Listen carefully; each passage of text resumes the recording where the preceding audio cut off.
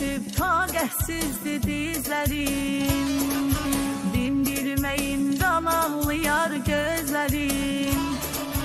Güzdən düşüb taqətsizdir dizlərim, qulağımdan getmir hələ sözlərim, qulağımdan getmir hələ sözlərim. Oktayda yarım qalıb, yazım baharım qalıb, əldürür bu dərd məni, bir gül camalın qalıb.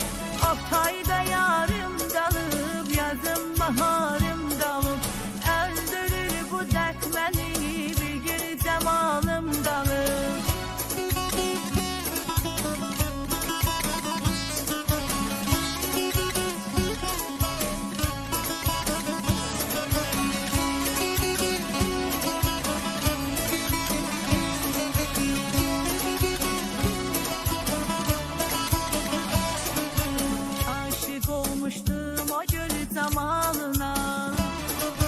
Görəsən o da salır mı yadına?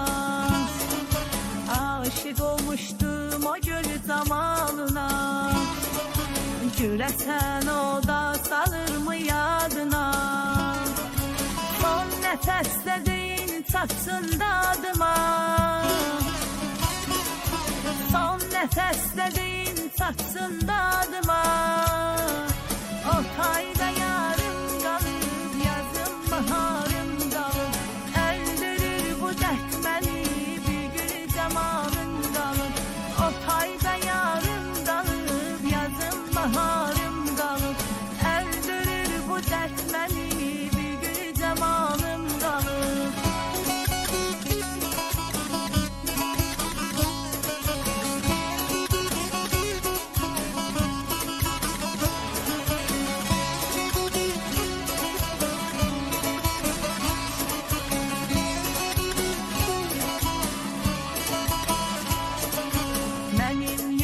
Sorma mənim halımı, fələk qırdı kanadımı, qolumu. Mənim yarım sorma mənim halımı, fələk qırdı kanadımı, qolumu.